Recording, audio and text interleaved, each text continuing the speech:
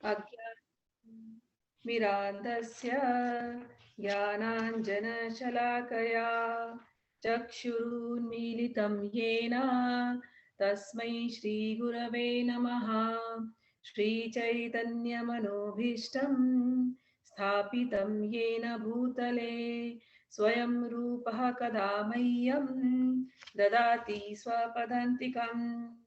वन्देऽहं श्रीगुरो श्रीयुतपदकमलं श्रीगुरून् वैष्णवांश्च श्रीरूपं साग्रजातं सहगणरघुनाथान्वितं तं साजिवं साद्वैतं सावधूतं परिजनसहितं कृष्णचैतन्यदेवं श्रीराधाकृष्णपादान् सहगणललिता श्रीविशाखान्वितंश्च हे कृष्ण करुणा सिंधो दीनबंधो जगत्पते गोपेश गोपिका कांत राधा कांत नमोस्तुते तप्त कांचन गौरांगी राधे वृंदावनेश्वरी वृषभानुसुते देवी प्रणमामि हरिप्रिये वाञ्छाकल्पतरुभ्यश्च कृपा सिन्धुभ्य एव च पतितानां पावनेभ्यो वैष्णवेभ्यो नमो नमः। श्री कृष्ण चैतन्य प्रभु नित्यानंद श्री अद्वैत गदाधर शिवासादि गौर भक्तवृंद हरे कृष्ण हरे राम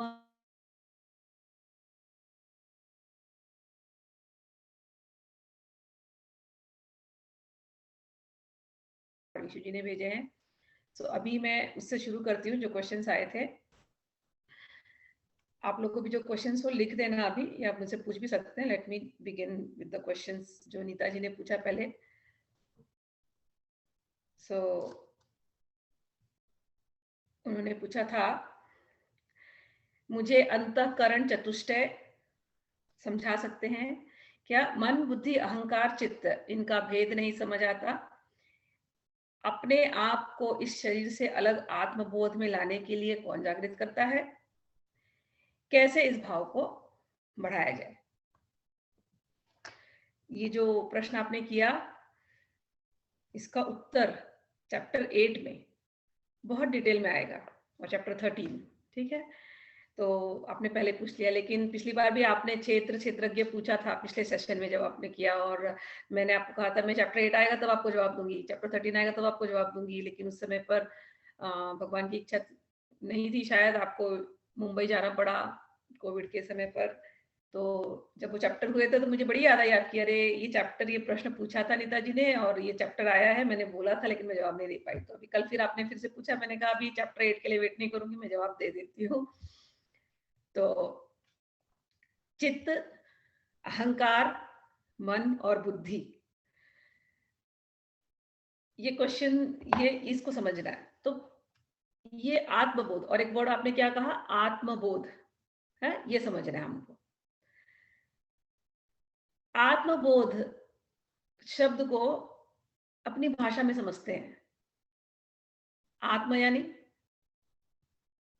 मैं आत्मा हूं, आत्म यानी मैं। बोध यानी रियलाइजेशन, आत्मबोध यानी खुद को समझ लेना, आत्मबोध। सेल्फ रियलाइजेशन, आत्मबोध। ठीक, सिंपल डेफिनेशन। आत्मबोध यानी खुद को समझ लेना। अब जब खुद को समझने की बात आती है, स्वयं को समझ लेने की बात आती है, तो मैं कौन हूं, प्रश्न उठता है ना, मैं कौन हूं। यहां से ही पूरे अध्यात्म की शुरू होती है। मैं कौन हूं, इस प्रश्न से शुरू होकर के जब उस रियलाइजेशन पे आ जाते हैं कि मैं कौन हूं मैं वही हूं जो मैं थी, जो मैं हूं, जो मैं रहूंगी, मैं वही हूं। मैं शुद्ध आत्मा हूं, मैं शुद्ध आत्मा थी, हूं, रहूंगी। जब हम इस रियलाइजेशन पे आ जाते हैं, उसको कहते हैं आत्मबोध। तो शुरू कहां से होता है? मैं कौन हूं। मैं स्मिता हूं, मैं मां हूं, मैं बेटी हूं, मैं बेटी थी, मैं छात्र थी, मैं टीचर हूं।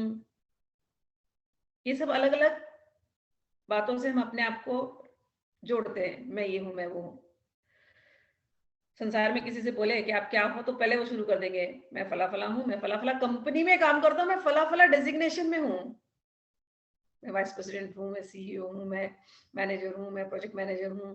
और अपने आप को कंपनी से भी जोड़ लेंगे। इस प्रकार के हम अपने, ऐसे हमको ट्रेनिंग दी गई है। या स्टूडेंट लाइफ में रहेंगे तो हम फला फला यूनिवर्सिटी में से हैं, हमने फला हमने ये पढ़ाई की है, हम इंजीनियर हैं, हम डॉक्टर हैं, हम सीए हैं। इस सब डेजिग्नेशन है, लेकिन ये हम नहीं है, है ना? We all agree in that, but we know that, right? तो प्रश्न उठता है, मैं कौन हूं? मैं गीता जब हमने खोली तो भगवान ने गीता शुरू ही की है ज्ञान, उस ज्ञान से। किस ज्ञान से? आत्मा के ज्ञान से। अर्जुन को क्या याद दिलाया? अर्जुन क्या सोच रहा है? मैं लड़ नहीं सकता, ये मेरे रिश्तों में आ गया ना, मुंह में आ गया। मैं नहीं लड़ सकता क्योंकि मेरे दादा हैं, मेरे भाई लोग हैं, सब मेरे पहचान वाले मित्र लोग हैं, मैं कैसे लड़ूं? तो वो रिलेशन में आ गया। लेकिन भगवान ने उसको पहले क्या कराया? आत्मबोध कराया, उसको याद दिलाया कि तू ये नहीं है, तू आत्मा है। जितने भी तेरे आसपास हैं सभी लोग आत्मा है, कोई मरने वाला नहीं है। आत्मा स्वरूप में सब लोग हमेशा रहने वाले हैं। ठीक? तो मैं कौन हूं, बस वो कौन को हमको फिल करना है। हाँ, मैं हूं ये हमको पता है, मैं कौन हूं लेकिन वो समझना है। तो पहले हम जब हम अपने आप को रियलाइज करना शुरू करते हैं तो पहले बोलेंगे, अरे मैं ये शरीर हूं, मैं शीशे में देखूंगी अपने आप को, मेरा ये चेहरा, मेरी ये हाइट, मेरी ये बॉडी, तो मुझे लगेगा अच्छा मैं स्मिता, मैं ये हूँ। लेकिन आज जो हाइट बॉडी है, छोटे जब माँ के गर्भ में गई थी वो तो हाइट बॉडी नहीं थी। फिर जब 1 साल की थी ये भी हाइट बॉडी नहीं थी, ये शक्ल नहीं था। फिर 5 साल की थी ये भी शक्ल नहीं था। 15 साल की हुई बदल गई, 25 की हुई बदल गई, 45 की हुई बदल गई। हाँ, तो हमेशा बदलाव होता रहा। किसमें बदलाव होता रहा? एक तो शरीर में होता रहा, और भी कई बदलाव होता रहा, हमारे थिंकिंग में, हमारे थॉट्स में, हमारे मन में, हमारी चेतना में, सब में बदलाव होता रहा। सो बहुत चीजों में बदलाव होता रहा। तो ये बदलाव क्यों हो रहा है, क्या है ये, कहां से हो रहा है, ये समझना। तो पूरी ये जो ज्ञान है ना, ये यहीं से शुरू होता है। ऑलराइट, मैं कौन हूं? तो जब संस्कृत की भाषा में अगर हम समझना चाहे तो मैं आत्मा हूं कह देते हैं, तो आत्मा शरीर भी है, आत्मा मन भी है, आत्मा आत्मा भी है। सोल, शुद्ध विशुद्ध रूप आत्मा, उसको भी आत्मा कहते हैं। ठीक? तो इस शरीर को समझ लेना, और इस शरीर में रहने वाले अपने आप को, स्वयं को समझ लेना, यही आत्मबोध है। चैप्टर 8 में जब जाते हैं तो भगवान बताएंगे, चैप्टर 8 और 13 स्पेसिफिकली, कि ये जो शरीर है ये प्रकृति से बनी हुई है, और पंचभूत प्रकृति, 5 एलिमेंट्स, और उसमें मन बुद्धि चित्त अहंकार, ये भी उसके अंदर समाहित हो जाते हैं। अब हम लोग चित्त पे चलते हैं। अब आपका मेन प्रश्न पे आते हैं कि चित्त, अहंकार, मन और बुद्धि, इस पर आते हैं। जब हम भगवान के यहां से चले, हम भगवान के रूप हैं। भगवान का शरीर क्या? जो लोग लास्ट क्लास अटेंड किए हैं उनको अभी तक आना चाहिए। भगवान का शरीर है सच्चिदानंद, शुद्ध आत्मा स्वरूप। जब हम उनके पार्ट एंड पार्सल हैं, तो हमारा ओरिजिनल फॉर्म क्या है? बप्पू क्या है? हमारा रूप क्या है? सच्चिदानंद। क्या वर्ड है उसके अंदर? सत चित आनंद। क्या वर्ड है हमारे? सत चित आनंद। तो हमारा ओरिजिनल स्वरूप क्या है? चित स्वरूप। चित कैसा है? आनंदमय है। कैसा है? सत है, प्योर है, मलिनता नहीं है उसके अंदर। ये हमारा ओरिजिनल फॉर्म, आत्मा स्वरूप, जिसको हम कहते हैं ना आत्मा स्वरूप। तो हम प्योर हैं, आनंदमय हैं, और यही सत्य है, यही फाइनल ट्रुथ है, एब्सोल्यूट ट्रुथ, इसके बियॉन्ड कोई ट्रुथ नहीं, एब्सोल्यूट ट्रुथ, सत्य। अब आत्मा स्वरूप में हमने एक शरीर लिया, ठीक है ना, अब वो हमारी प्योर सच्चित आनंद आत्मा जो हम है, हम इस शरीर में आ गए और इस शरीर को ही हमने सब कुछ मान लिया, ये शरीर यही स्मिता है, बस हम भूल गए, स्मिता भूल गई इसकी, स्मिता वो शुद्ध चेतन आत्मा है, स्मिता भूल गई, स्मिता को लगता है ये शरीर है स्मिता।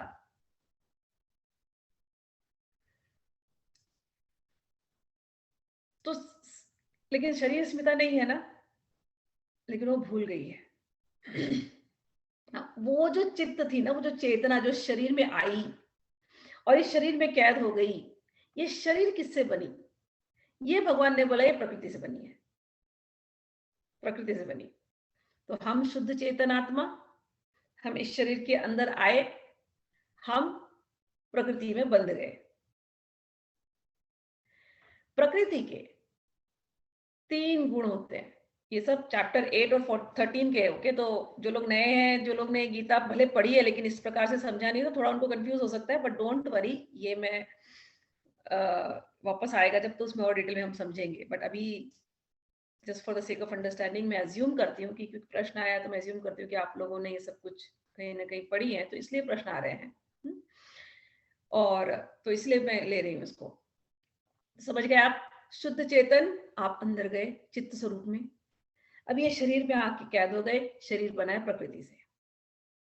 प्रकृति से, प्रकृति के 3 गुण हैं, सत्व, रजस, तमस। सात्विक प्रकृति शुद्ध प्रकृति होती है, राजसिक प्रकृति ऑलवेज इन एक्शन, एम्बिशियस, तामसिक प्रकृति डल, इग्नोरेंट।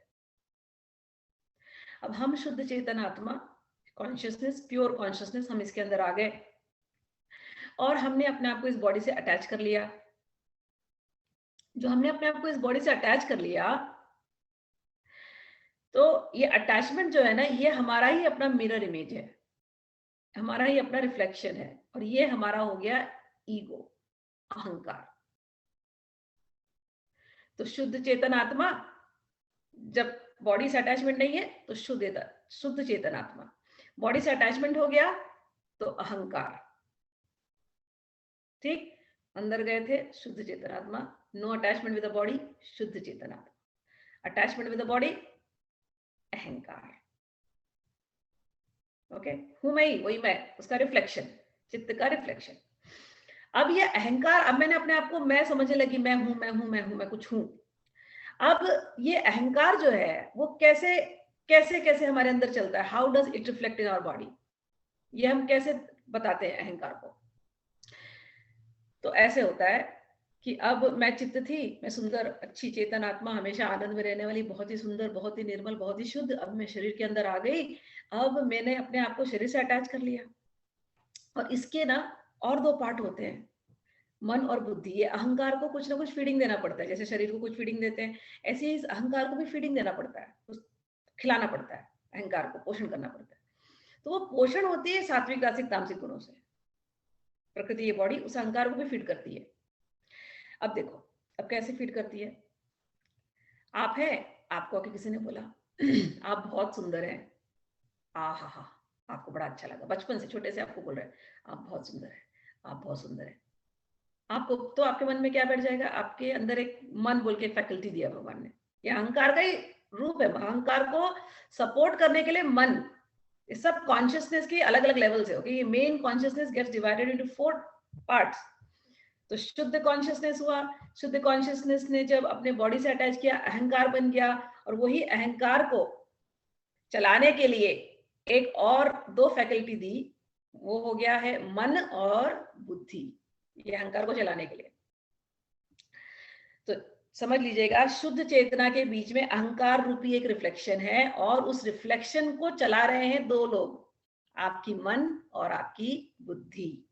इमेजिन लाइक दैट, चेतना, अहंकार बीच में, अहंकार है वो रिफ्लेक्शन ऑफ चेतना है, और उसको चला रही है मन और बुद्धि। अहंकार को मैंने कहा ना, अहंकार कैसे होता है? चेतना क्या बोलेगी? मैं हूं, मैं शुद्ध आत्मा हूं, चेतना बोलेगी। अहंकार क्या बोलेगा? मैं सुंदर हूं, मैं डॉक्टर हूं, मैं गाने वाली हूं, मैं धनी मानी हूं, मैं बड़ी ज्ञानी हूं, मैं अज्ञानी हूं, मैं दुखी हूं, मैं सुखी हूं। ये अहंकार बोलती रहेगी आपको। चित्त आपका, मैं शुद्ध चेतन आत्मा हूं, मैं भगवान का हूं। ये चेतना में रहती है, शुद्ध चेतना में। लेकिन रिफ्लेक्शन उल्टा बात करता है। रिफ्लेक्शन जो है, इसको ये सब कहां से फीड हो रहा है इसको? तो रिफ्लेक्शन की जो दूसरे दो अंग है, बुद्धि और मन, ये उसको देते हैं अहंकार को। तो जैसे मैंने कहा ना, किसी ने आपको कहा आप सुंदर हैं, तो आपके मन को बड़ा अच्छा लग रहा है, वाह वाह सुंदर है, सुंदर है। तो वो फीलिंग, मैं सुंदर हूं, वो जाके आपके अहंकार, ये भी कॉन्शियसनेस का एक रूप है, उसमें जाकर के बैठती है। थोड़े दिन आप बड़े सुंदर लग रहे हैं, जब आप यंग थे बड़े सुंदर थे, आप शादीशुदा हो गए, बच्चे हो गए और आप मोटे हो गए हैं, तो कोई आके जिसने आपको सुंदर बोला, वो आपको एक 20 साल बाद मिले, बोले तुझे क्या हो गया, तू तो इतनी सुंदर दिखती थी, ऐसे वजन बढ़ा लिया तूने। चेहरा तेरा इतना चमकता था, ये क्या हो गया, चेहरा तेरा लटक गया है, पूरे चेहरे की तेरी रोशनी चली गई। अब वो ऐसे बोल के जाए आपको कि आपके मन में फीलिंग आ गई, है मैं तो बदसूरत हो गई, मैं तो अच्छी नहीं दिखती, तो आप क्या होगा, आपको दुखी हो गए। तो ये जो बोला जिसने भी, आपके मन में अच्छा होने की फीलिंग उस शब्द से हुई, आपके मन में बुरा होने की फीलिंग उस शब्द से हुई। तो ये दोनों फीलिंग आपके मन में है, उसने आपके अहंकार को पोषण किया। लेकिन ये दोनों फीलिंग को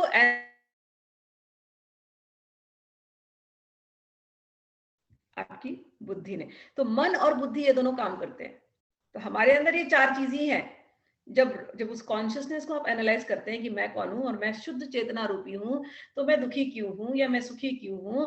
क्योंकि मैं अहंकार में अपने आप को रख रही हूं। मेरे अहंकार को पोषण कौन दे रहा है, कौन खिला रहा है मेरे अहंकार को? मेरे अहंकार को मेरी मन और मेरा बुद्धि खिला रहा है। अच्छा, तो मन मन को अच्छा लगना, वो बुद्धि बोल रही है, अभी आपके मन में बैठ गया, हाँ मैं छोटी थी, मैं यंग थी, तो मैं इतनी सुंदर लगती थी, अब मैं बदसूरत लगने लगी। तो एक ही वो बुद्धि ने आपके एनालाइज की। ठीक, ऐसी समझो, खूब धन आया आपके पास, अब आपके पास अहंकार हो गया, आपने आपने स्टॉक्स में डाला, रातों रात अब एकदम मिलियनर हो गए। अगले 1 महीने में स्टॉक गिर गया, पूरा पैसा डूब गया, अब आप दुखी, मैं निर्धन हो गया, मेरे पर कर्ज हो गया, मैं किसी लायक नहीं हूं। ये सारी की सारी जो फीलिंग्स है, ये फीलिंग्स है, ये कहीं तो जाकर के स्टोर होती हैं, ये आपके मन में स्टोर होती है। लेकिन फीलिंग्स को एनालाइज कौन करता है? ये आपकी बुद्धि एनालाइज करती है। ओके, अब ये बुद्धि को कहां से मिल रहा है सब कुछ? बुद्धि और मन को कहां से मिल रहा है ये फीड? ये बाहर से मिल रहा है, राइट? बाहर से कहां से मिल रहा है? इनपुट्स क्या है इसके? इनपुट आपका शरीर है, आपकी शरीर, आपके कान इनपुट है, आपके आंख इनपुट है, ये सब यहाँ से इनपुट है, यहाँ से इनपुट है, यहाँ से इनपुट है, ये सब आपके अंदर जाता है। बुद्धि उसको एनालाइज करती है, एनालाइज करके आपके मन में एक फीलिंग डालती है, वही फियर बन जाता है, कभी वही हैप्पीनेस बन जाता है, वही सैडनेस बन जाता है, वही डिप्रेशन बन जाता है, वही जॉय, सुंदर, अगली। ये सारे बाहर के जो इनपुट्स आप ले रहे हैं, बाहर के इनपुट्स यानी राजसिक, तामसिक, सात्विक, ये ही गुण हर जगह है। ये इनपुट जो आप लेते हैं आपके अंदर, इससे आपकी बुद्धि भी राजसिक, सात्विक, तामसिक, और मन भी राजसिक, तामसिक, सात्विक होता है, और आपके अहंकार को राजसिक, सात्विक, तामसिक बना देता है। लेकिन ये अहंकार क्या है? ये रिफ्लेक्शन है केवल। आत्मबोध करना क्या होता है? आत्मबोध वाला व्यक्ति इस चीज को एनालाइज करने लगता है। हु एम आई? मैं ये बुद्धि नहीं हूं। किसी ने मुझे सुंदर बोल दिया, तो क्या मैं सुंदर हो गई? हाँ, मैं तो हमेशा से सुंदर थी। शुद्ध आत्मा में मैं तो मैं हमेशा ही सुंदर हूँ। किसी ने मुझे बदसूरत बोल दिया, तो क्या मैं बदसूरत हो गई? नहीं, मैं तो शुद्ध हूँ, हमेशा ही शुद्ध थी। किसी ने मुझे धनवानी बोल दिया, किसी ने मुझे निर्धन बोल दिया। सच में धन तो आना है, धन तो जाना है। धन आने से मैं धनवानी हो गई, धन जाने से मैं निर्धन हो गई, ऐसा तो है नहीं। जिसने भेजा, मैं खा रही हूँ, मैं पी रही हूँ, मैं अच्छे से रह रही हूँ। देयर इज नो रीजन किसी भी चीज के लिए ना दुख होना है, किसी दुखी होना है, ना किसी भी चीज के लिए सुखी होना है। ये सारा जो हमने बटोर रखा है, ये किसका काम है? ये हमारी बुद्धि का काम है, हमारे मन का काम है। और ये मन और बुद्धि जो संस्कार डाल रहे हैं हमारे ऊपर, वो हमारा अहंकार। लेकिन ये अहंकार मैं नहीं हूं। आत्मबोध वाला व्यक्ति अपने आप को बारंबार याद दिलाता है, मैं अहंकार नहीं हूं, मैं शुद्ध चेतन आत्मा हूं। मैं शुद्ध चेतन आत्मा हूं, मैं शुद्ध चित्त हूं। ये अपने आप को बारंबार याद दिलाता है। तो ये जो आपने मुझे प्रक्रिया किया है, यही अपने आप को बार बार याद दिलाना। तो अब आपको कारण समझ गए कि मैं क्यों, ये अहंकार मेरे अंदर कहां से आ रहा है? बुद्धि में है। बुद्धि को कहां से मिल रहा है? कानों से मिल रहा है, आंखों से मिल रहा है। तो कानों को आंखों को कहां से मिल रहा है? जो एसोसिएशन, जो संग मैंने बना के रखा है, उससे मिल रहा है। अगर आप राजसिक लोगों के संग में बैठेंगे तो कानों को राजसिक बातें जाएंगी, मन में राजसिक थॉट होंगे, आपका अहंकार राजसिक हो जाएगा। आप तामसिक लोगों के बीच में बैठेंगे, कान में तामसिक बातें, आंखों से तामसिक दृश्य, तो बुद्धि तामसिक, मन तामसिक, अहंकार तामसिक। मतलब जो इनपुट डालेंगे, जो उसमें इनपुट। Yes, input. और अब सात्विक लोगों के बीच में बैठेंगे तो सात्विक इनपुट, नेत्रों में सात्विक आहार, भोजन भी सात्विक, तो बुद्धि भी सात्विक, मन भी सात्विक, और अहंकार भी सात्विक। अहंकार जब सात्विक हो जाता है, प्यूरिफाइड, तो वो सत्संग, मैंने कहा ना, सत्संग से अहंकार प्यूरिफाई होता है ना। सत्व का भी 2 लेवल होता है, एक होता है माइक सत्व, एक होता है अमाइक सत्व।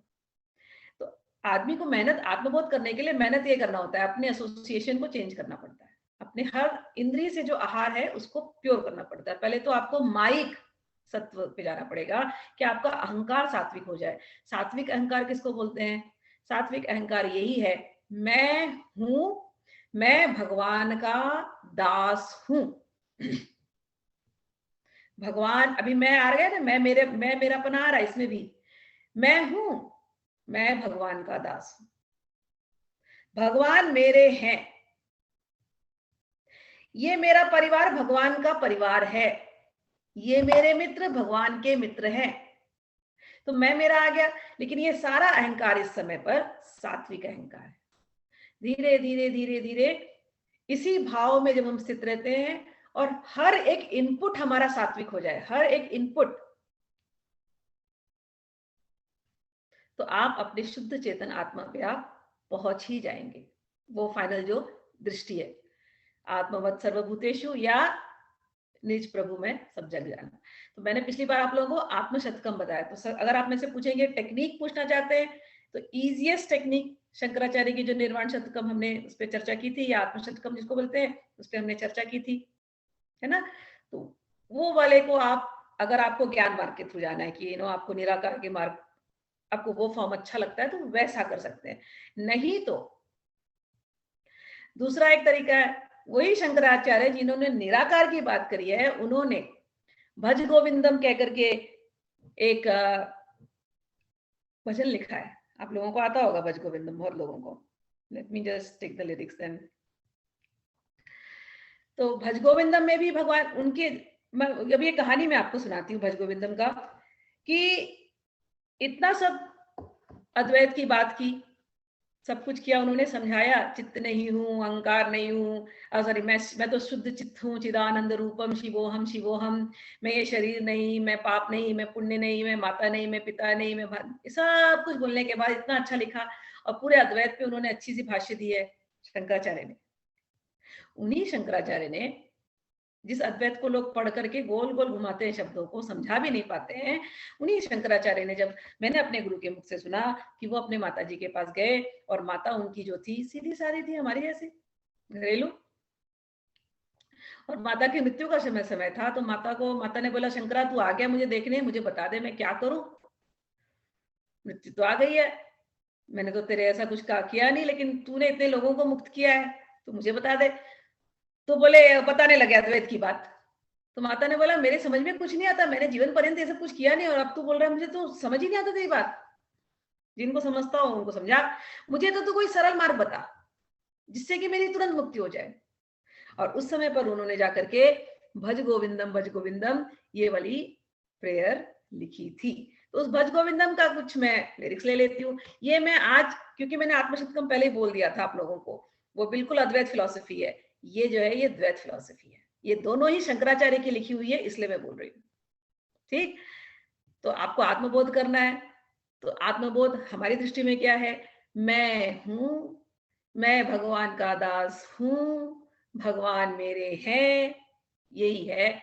शंकराचार्य क्या बोलते हैं? भज गोविंदम, भज गोविंदम, गोविंदम भज मूढ़मते, संप्राप्ते सन निहिते काले, नहीं नहीं रक्षति डुक्रिन करणे। संप्राप्ते सन्निहिते काले, जब मृत्यु का समय आएगा उस समय पर आपकी लॉजिक, आपके ग्रामर, ये आपके किसी काम नहीं आएगा। व्याकरण, शब्दों का तोड़ मरोड़, अद्वैत फिलॉसफी में लोग करते ना, ऐसा घुमा घुमा के बोलेंगे पूछो मत आदमी, और इतना कठिन कर देंगे उसको। स्पिरिचुअल फिलॉसफी मतलब कठिन फिलॉसफी, ऐसा एक करके दिखा देंगे वो लोग। तो यहाँ पर इतने सरलता से उन्होंने कह दिया, संप्राप्ते सन्निहिते काले, नहीं नहीं रक्षति डुक्रिन करणे। आपकी लॉजिक, आपका ग्रामर, आपका व्याकरण, आपके शब्दों के तोड़ मरोड़, ये किसी काम नहीं आएंगे जब मृत्यु का समय नजदीक आएगा। तो क्या काम आएगा भाई?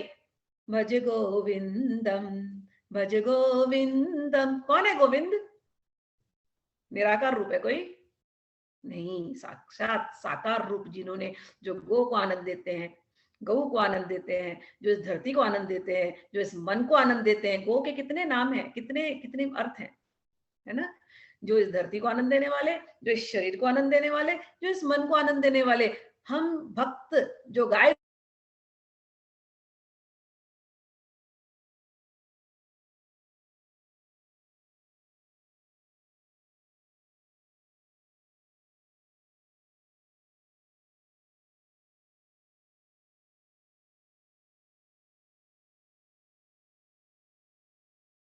तम तेन विनोदय चित्तम। अब उन्होंने रास्ता बताया, ये गीता का सार बताया। फिर से बोलती हूँ, हम जो जो भक्त होते हैं, जो गाय रूपी भक्त, जिनको आनंद देने देते हैं, उनको कहते हैं गोविंद। तो कहते हैं मृत्यु के समय भज गोविंदम, भज गोविंदम। और क्या करना चाहिए? जीवन कैसे जीना चाहिए? अब गीता का टीचिंग दिया है यहाँ पर। मूढ़ जही धनागम तृष्णा, ये जो धन कमाने की तुम्हारी धन की जो लालच है ना, इसको छोड़ दो, अपनी सद्बुद्धि बढ़ाओ। कुरु सद्बुद्धि मनसी वितृष्णा, इतनी तृष्णाओं में क्यों फंसे हो? इस बुद्धि को संयमित करके भगवान के चरणों में डाल दो। यल्लभ से निज कर्मोपातम, काम करो, उससे जो मिल जाता है उसमें संतुष्ट हो जाओ। ये गीता की टीचिंग है। वित्तम तेन विनोदय चित्तम, ऐसे अच्छी तरीके से जो काम करके, हाँ, धार्मिक तरीके से काम करके जो आपके पास धन आता है, उसी से आपके चित्त को आनंद होगा। नारी स्तन भरनाभिदेशं दृष्ट्वा मागा मोहावेशम्, एतन्मास वसादि विकारं मनसि विचिन्तय वारम वारम। शंकराचार्य बोलते हैं बार बार मन से तुम चिंतन करो। आत्मबोध करना है, मन से चिंतन करना है। किसका चिंतन करना है? आपके अंदर वासना भरी है, लस्ट भरी है अपोजिट सेक्स के लिए, हाँ? नारी का इन्होंने यहाँ पर एग्जाम्पल लिया कि बार बार नारी के स्तन को देख करके आपके मन में वासनाएं आती है। अरे सोचो, ये केवल प्रकृति, मिट्टी है, मिट्टी, आग, जल, आकाश, ये जो 5 चीजें हैं, इनको, वायु, इनको मिक्स कर करके एक फ्लैश बना है। फ्लैश को मिक्स करके एक बॉडी बन गई है। उस बॉडी के पीछे आप इतने पागल हो रहे हैं, इसमें कुछ नहीं है। इसमें केवल इस शरीर में जिसके प्रति आपको इतना अहंकार हो जाता, इसमें केवल खून है, पसीना है, पस है, जितना भी पाउडर लगा लो, जितना भी मेकअप कर लो, पसीना ही निकलने वाला है। हर एक पोर से पसीना निकलने वाला है। इसको तुम सुंदर बोलते हो? ये शरीर को कितना भी अच्छा 5 स्टार का खाना खिला दो, आउटपुट मल और मूत्र, इसको तुम सुंदर बोलते हो? इसके पीछे इतना अहंकार। इस प्रकार से आत्मबोध करने वाला हर एक चीज को ऐसे एनालाइज करता है, अपने शरीर से उसको कुछ है ही नहीं। हाँ, सोसाइटी में रहना है आपको, जितना उसके लिए जो मेकअप करना कर लो, लेकिन इसके प्रति अटैचमेंट नहीं हो। मेरा शरीर, किसी ने सुंदर बोल दिया तो बहुत सुंदर, किसी ने खराब बोल दिया तो बड़ा खराब। नहीं, कुछ नहीं है, ऐसे ही खराब है ये शरीर, कितना भी सुंदर हो ये खराबी है, इसमें कुछ है नहीं। ये जो दांत तुम देखते हो, ये हड्डियां हैं। नाखून देखते हो, हड्डियां है, कैल्शियम डिपॉजिट है ना सब में। हड्डियों में क्या होता है? कैल्शियम, कैल्शियम होता है। तो इस प्रकार से अपने शरीर को एनालाइज करो। नलिनी दलगत जलमति तरलम तद्वजीवित जीवितम् अतिशय चपलम विद्धि व्याध विमान ग्रस्तम लोकम शोक हतम च समस्तम। आपका जीवन क्षण भर के लिए है। आत्मबोध वाला व्यक्ति के दिमाग से कभी भी ये बात जाता ही नहीं है कि मृत्यु is next moment. Always ready, always detached. Body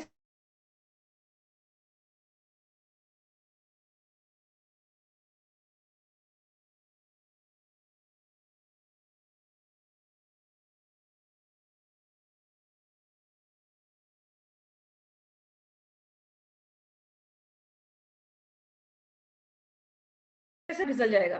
फिर से कहती हूँ, जीवन कैसा है? जीवन नलिनी जलगत, नलिनी दलगत जलमति तरलम।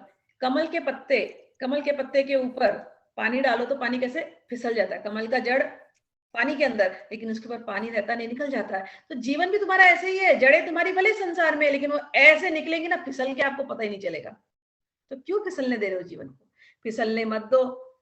कब कौन सी व्याधि आपके ऊपर आ जाएगी आपको पता ही नहीं है। तो किस अभिमान में, किस दुख में, लिखा है यहाँ पर, लोकम शोक हतम च समस्तम। क्यों अपने जीवन को दुख में, अहंकार में और बीमारियों का घर बनाने में व्यतीत किए जा रहे हो? आत्मबोध करने वाला व्यक्ति मनसी विचिन्त्य वारम वारम, बार बार सोचता है, ये बार बार ये सोचता है। आगे लिखते हैं, याद करो, तुम्हें अपने परिवार का घमंड होता है ना लोगों को गर्व, मेरा परिवार मुझे संभालेगा, मैंने अपने परिवार के लिए इतना किया, कल वो मुझे करेगा। लिखते हैं यहाँ पर, यावद वित्तोपार्जन सक्तः तावत निज परिवारो रक्तः पश्चात् जीवति जर जर देहे वार्ता को अपि न प्रेक्षति गेहे। बोलते हैं, जब तक तो तुम धन कमा करके अपने परिवार को लाते हो ना, तब तक तो परिवार तुम्हारा है, तुम्हारा ब्लड रिलेशन है, तुम मेरे पिता हो, तुम मेरी माता हो, तुम मेरे भाई हो, तुम मेरे बहन हो। जब तक तुम उनको धन देते हो तब तक। जिस दिन तुम रिटायर हो जाते हो, बुढ़े हो जाते हो, तुम उनको दे नहीं सकते हो, तो कहते हैं आपका शरीर जर्जर हो जाता है, बीमारी से युक्त हो जाता है, फिर कोई आके आपको पूछेगा भी नहीं। वार्ता को अपनी ना पृच्छति के, आप बात भी करना चाहते हो वृद्ध होने के बाद। आप देखो बहुत सारे वृद्धों की यही हालत हो जाती है, बहुत बात करना चाहते हैं, वो इतने लोनली हो जाते हैं, लेकिन कोई उनसे बात ही नहीं करता। यावत् पवनो निवसति देहे तावत् पृच्छति कुशलं गेहे गतवति वायो देहापाये भार्या बिभ्यति तस्मिन् काये। जिस पत्नी से इतना लगाव, मेरी पत्नी, हाय मेरी पत्नी, हाँ, तुम्हें लगता है ये, और सबको पति पत्नी को ऐसे ही लगता है दूसरे के लिए, इनके बिना मैं क्या करूंगी, उनके बिना मैं क्या करूंगी। लेकिन जैसे ही मृत्यु होती है किसी एक की, कैसे वो मोह टूट जाता है। पत्नी खुद ही बोलेगी, अरे पति का बॉडी लेके जाओ यहाँ से, भूत वूत ना बन जाइए, अभी लेके जाओ, जल्दी ले जाओ, कितने दिन ये बॉडी यहाँ सड़ेगी। बातें ऐसी होती है मृत्यु के बाद। इतना इतना बोलते ना इतना निर्दयी है संसार, उसमें हम आसक्त हुए। बालस्तावत् क्रीडासक्तः तरुणस्तावत् तरुणीसक्तः वृद्धस्तावत् चिन्तासक्तः परमे ब्रह्मणि कोऽपि न सक्तः। किस किस चीज में आसक्ति लगा के रखी है? छोटे थे तो खेलने में आसक्ति, जवान हुए तो तरुणी में, तरुण को तरुणी में, लड़का लड़की को एक दूसरे के प्रति आसक्ति, बुद्धे हो गए, वृद्ध होते, जैसे मिडिल एज हो गए, वृद्ध हो गए तो चिंता करने की आसक्ति, हर चीज में चिंता। अरे उस परब्रह्म की प्राप्ति में क्यों नहीं आसक्ति? क्यों नहीं पैदा कर रहे हो? क्यों ऐसे अपने जीवन को व्यतीत कर रहे हो? आत्मबोध करने वाला व्यक्ति इसकी बारंबार चिंता करता है। काते, और सोचता है, काते कांता कस्ते पुत्रः संसारोऽयम् अतीव विचित्रः कस्य त्वं कः कुत आयातस् तत्त्वम् चिन्तय तदिह भ्रात। आत्मबोध करने के रास्ते पे चलने वाले व्यक्ति को कहते हैं, यहाँ पर सलाह देते हैं, बोलते हैं हे भ्रातः, हे ब्रदर, हे भाई, बार बार सोचो जिसके प्रति तुम्हें इतनी आसक्ति है। काते कांता, ये जो स्त्री यानी हमारी, मतलब you have to develop the detachment. इसीलिए काते कांता, कौन है ये कांता जिसको मैं प्रेम करता हूं? कौन है ये पुत्र? ये संसार इतना विचित्र है, कौन हूं मैं? कहां से आया हूं मैं? कहां से मेरे ये पुत्र सडनली बन गए? कहां से ये पत्नी मुझे सडनली मिल गई? कहां से परिवार मेरा सडनली बन गया? मैं हूं कौन? मैं कहां से आया? बार बार इसके बारे में आप चिंतन कीजिए। और क्या किए, और क्या करें? बहुत अभी एकदम सोल्यूशन देते हैं। सत्संगत्वे निस्संगत्वं, निस्संगत्वे निर्मोहत्वं, निर्मोहत्वे निश्चलतत्वं, निश्चलतत्वे जीवन मुक्ति। आत्मबोध करने वाले को सत्संग करना चाहिए, लिख रहे हैं यहाँ पर। सत्संग करके निस्संग हो जाओ, डिटैच हो जाओ। निस्संग होने से, डिटैच होने से तुम्हारा मोह नष्ट हो जाएगा। मोह जब तुम्हारा नष्ट हो जाएगा तो तुम्हारी उस तत्व में, एक ब्रह्म तत्व में या परमात्मा तत्व में या भगवत तत्व में तुम्हारी निश्चय बुद्धि, मतलब निश्चय हो जाएगा, तुम उसमें निश्चल हो जाओगे, तुम स्थिर हो जाओगे। और जब तुम्हारा तत्व में निश्चलता हो जाएगी तब तुम जीवन मुक्त हो जाओगे। वयसि गते कः काम विकारः, शुष्के नीरे कः सकासारः, क्षीणे वित्ते कः परिवारः, ज्ञाते तत्त्वे कः संसारः। इतना छोटा ये पोइट्री है, इतनी बात लिखते हैं शंकराचार्य। कहते हैं शरीर निकल गया, शरीर बुढ़ा होने लगा तो क्या काम विकार, क्या काम? लेक में से पानी सूख गया, तालाब में से पानी सूख गया तो वो लेक का है, वो तालाब का रह गया, फिर उसकी क्या वैल्यू? ऐसे ही पैसा खत्म हो गया तो परिवार की क्या वैल्यू? कोई रिलेटिव्स आपके पास रहेंगे नहीं। जिस दिन तत्व समझ जाएगा उस दिन फिर संसार से मन आपका छूट जाएगा। आगे कहते हैं, माँ कुरु धन जन यौवन गर्वम, अपने धन पर, ये परिवार पर, ये सब गर्व छोड़ दो। हरति निमेषात् कालः सर्वं, काल क्षण भर में सब कुछ लेकर के चला जाएगा। मायामय अदिलम मायामयमिदं अखिलं भूत्वा, ये सब कुछ माया का खेल है। ब्रह्म पदम तम प्रविश विदित्वा, बारंबार इसका चिंतन करो और ब्रह्म पद में लीन हो जाओ। आगे कहते हैं, दिनयामीनो सायं प्रातः, शिशिरवसन्तौ पुनरायातः, कालः क्रीडति गच्छन्तु वायु, तदपि न मुंचति आशा वायु। ये मेरा बहुत फेवरेट लाइन है। इस पर मेरे और मेरे फादर की इतनी चर्चा होती थी कि रात दिन बीते जा रहा है। हाँ, और कितने तो सीजन हमने देख लिए, विंटर सीजन आ गया, स्प्रिंग सीजन आ गया, हमने क्या कुछ नहीं देखा। समय आ रहा है, खिलता जा रहा है, चलता जा रहा है, लेकिन तदपि न मुंचती आशा वायु, सब कुछ आता है जाता है, लेकिन हमारी इच्छाएं वो खत्म ही नहीं हो रही है, वो बढ़ती ही जा रही है, आती ही जा रही है, आती ही जा रही है, आती ही जा रही है। कहते हैं जटिलो मुंडी लुंचित केशः काषायाम्बर प्रहुकित वेश पश्यन्नपि च न पश्यति मूढो युदर निमित्तम बहुकृत वेशः। किसी का पीछे शुरू है,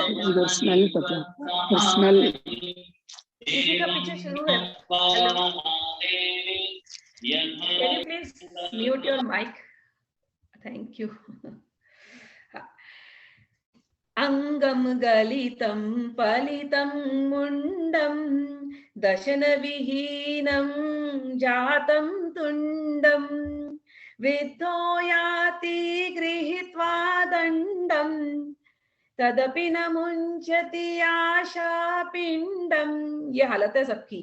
क्या अंग धीरे धीरे हमको सपोर्ट नहीं कर रहे हैं ना, एज यू एज, जैसे हमारी उम्र होती है, हाथ पैर सब साथ छोड़ रहे हैं, हाँ, विजन साथ छोड़ रहा है, कान सुनाई दे रहा नहीं है ठीक से, मन कहीं लग बैठता नहीं ठीक से, आसन तो कुछ धारण कर ही नहीं पाते हैं, खाना खाते हैं हजम ही नहीं होता है, हाँ?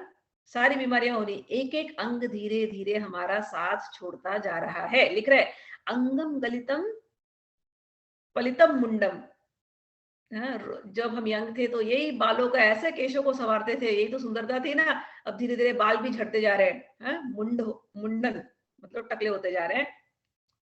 दशन विहीनम जातम तुंडम, दांत भी टूट रहे। अरे मुस्कुराने पे तो लोग बोलते ना फिदा होते हैं, अब मुस्कुराने में भी क्या दांत टूट गए, नकली नकली दांत लगा करके बैठ के खाना खाने का दिन आ गया। हाँ, दशन विहीनम जातम तुंडम वृद्धो याति गृहीत्वा दंडम, बुढ़े हो गए, बुढ़े होकर के चला भी नहीं जा रहा, व्हील चेयर चाहिए नहीं तो डंडा चाहिए चलने के लिए। हालत हमारी ये है, जिस शरीर पे इतना गर्व करते थे, एक एक अंग ने साथ छोड़ना शुरू कर दिया, बाल झड़ने शुरू हो गए, दांत टूटने शुरू हो गए, हाथ में डंडा आ गया, व्हीलचेयर पे बैठ गए, लेकिन तदपि न मुंचति आशा पिंडम, फिर भी हम अपने आशाओं का जो पिंड है ना, ढेर लगा के रखा है डिजायर्स का, वो हम नहीं छोड़ रहे, सब हमको छोड़े जा रहा है, लेकिन हमसे वो छूट नहीं रहा।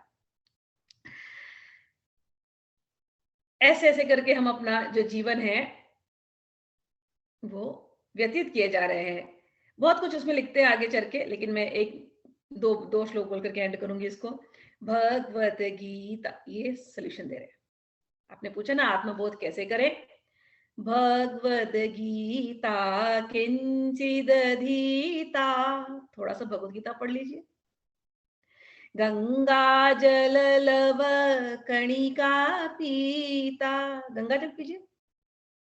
अच्छा, गंगा जल नहीं मिल रहा हमको, हम तो अमेरिका में रहते हैं, तो अरे भगवत गीता के ज्ञान में डूबना ही गंगा स्नान है। गंगा में जाएंगे तो शरीर को प्यूरिफाई करेंगे, बट भगवत गीता का ज्ञान ही गंगा स्नान है।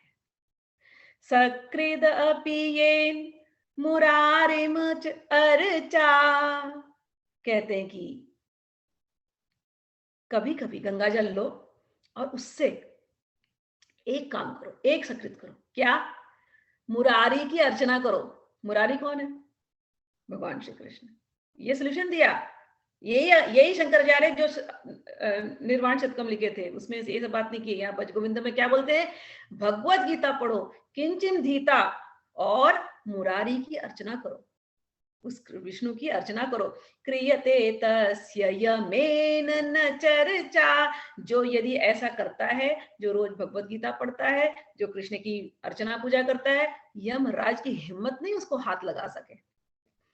पुनरपि जननम पुनरपि मरणम, बार बार ये जो जन्म लेने का जो और बार बार मरने का जो चक्कर है ना, ये समाप्त हो जाएगा। पुनरपि जनने जठरे शयनम, बार बार माँ के कोख में अब आने की जरूरत नहीं। यह संसारे बहु दुस्तारे, ये संसार बहुत कठिन है। कृपया पारे पाहि मुरारे, हे मुरारी, हे मुरारी, कृपया अपनी नजर हम पर डालिए, अपनी दृष्टि हम पर डालिए। ऐसे आप बारंबार प्रार्थना कीजिए, बार बार इस प्रकार से चिंतन कीजिए। आप हैं कौन, आप कहाँ से आए हैं, कौन है ये मेरी जननी, कौन है ये मेरा भाई बहन जो भी परिवार है। ऐसे बार बार आप सोचिए, चिंतन कीजिए। चिंतन करते करते आप मुक्त हो जाएंगे। और भी बहुत सारी बातें करते हैं, लेकिन अभी के लिए बहुत सारा बात है। फिर से एक बार और बोलते हैं पूरे उसके अंदर। गेयम गीता नाम सहस्त्रम, बार बार गीता को गाइए और विष्णु सहस्त्रनाम पढ़िए। ध्येयम श्रीपति रूपम अजस्त्रम, उस श्रीपति श्री कृष्ण की, उनका आप ध्यान कीजिए। नेयम सज्जन संगे चित्तम, सज्जनों की संगति कीजिए, अपने चित्त को सज्जनों में लगाइए। देयम दीन जनाय जवित्तम, और सेवा कीजिए, दीनों की सेवा कीजिए, अपने वित्त को दान कीजिए। तो इस प्रकार से यदि आप रहेंगे तो आत्मबोध हो जाएगा। तो ये आज मैंने भज गोविंदन लिया, ठीक है। तो आई होप चित्त, अहंकार, बुद्धि समझ में आया आपको। चित्त आप बहुत बहुत अच्छे से समझ में आया, थैंक यू सो मच। चलिए, अभी मैं ईशु जी का थोड़ा प्रश्न लेती हूँ। आज मैंने कहा था सैटरडे क्वेश्चन आंसर है, थोड़ा लेट हो सकता है। यदि किसी को जाना होगा तो जा सकते हैं, कोई तकलीफ नहीं है, लेकिन जिनको रुकना है रुकिए। ईशु जी के प्रश्न अच्छे अच्छे थे, हमेशा अच्छे आते हैं। Let me just get to Ishu ji questions. चलिए, पहला क्वेश्चन आपने कहा, I know I am inquisitive with questions but I don't like that, but I am going to tell you I encourage questions. क्यों? आई एम नॉट सेइंग, आप जानते हैं भगवान कृष्ण जो कहते हैं, मुझे भगवान कृष्ण की वाणी को ही दोहराना अच्छा लगता है, मेरा अपना कोई आंसर नहीं है। भगवान कृष्ण क्या कहते हैं मैं आपको वो बोलती हूँ। जो इनक्विजिटिव होते हैं उनके लिए ये आंसर है। ये आएगा चैप्टर 7 में। ओके, चैप्टर 7 श्लोक नंबर 16। चतुर्विधा भजन्ते माम जना सुकृतो न अर्जुन, आर्तो जिज्ञासु अर्थार्थी ज्ञानी च भरत ऋषभः। भगवान श्री कृष्ण कहते हैं 4 प्रकार के व्यक्ति वो मेरे पास आते हैं। एक है आर्त, आर्त यानी दुखी, बहुत जिनको तकलीफ है। जिज्ञासु और अर्थार्थी, अर्थार्थी यानी जिसको कुछ मटेरियल डिजायर है, अर्थ चाहिए। और तीसरे होते हैं जिज्ञासु। तो ये 4 लोग मेरे पास आते हैं। और उसके ऊपर एक होता है ज्ञानी। तो कौन कौन से? आर्त, दुखी, अर्थार्थी जिसको कुछ इच्छा है, जिज्ञासु और ज्ञानी। ये 4 लोग भगवान के पास जाते हैं। तो अर्जुन ने पूछा अगले प्रश्न में कि ठीक है भगवान, ये चारों आते तो आपको चारों में अच्छा कौन लगता है? तो भगवान कहते हैं मुझे चारों ही अच्छे लगते हैं। पहला उत्तर, मुझे चारों ही पसंद है क्योंकि ये चारों मेरे लिए आए हैं, मुझे ढूंढते हुए आए हैं। यही तो करना है, भगवान को ढूंढते हुए चलना है हमको। लेकिन ज्ञानी जो होता है वो, हे अर्जुन तुम उसको मेरा ही स्वरूप समझना। क्यों? क्योंकि ज्ञानी ये इन तीनों स्टेजेस से जा चुका है। वो कभी आर्त था, कभी अर्थार्थी था, कभी वो जिज्ञासु था। वो तीनों स्टेजों से जाकर के उसका मन शांत हो जाता है, उसको पता चल जाता है कि ज्ञानी कौन होता है। वासुदेवम सर्वम इति, ये सारे जो मैं आपको बता रही हूँ चैप्टर 7 में आने वाला है, इसीलिए। Okay, so we will. तो ज्ञानी कौन होता है, भगवान ने उसकी भी आंसर इसी चैप्टर में दिया। कहते हैं बहुत बहुत जन्मों में, बहुत बहुत जिसको जिज्ञासा होती है, हाँ, सब जिज्ञासा पूछते पूछते पूछते पूछते एक समय आता है कि उसकी जिज्ञासा शांत हो जाती है, और होती ही है। हाँ, बहुनाम जन्म जन्मांते ज्ञानवान माम प्रपद्यन्ते। तो ज्ञानी कौन है? सारे क्यूरियोसिटी को पूछते पूछते पूछते पूछते एक कंक्लूजन, फाइनल कंक्लूजन जिसको कहते हैं ना, उस पे आ जाता है कि वासुदेवम सर्वमिति, सभी कुछ कृष्ण है।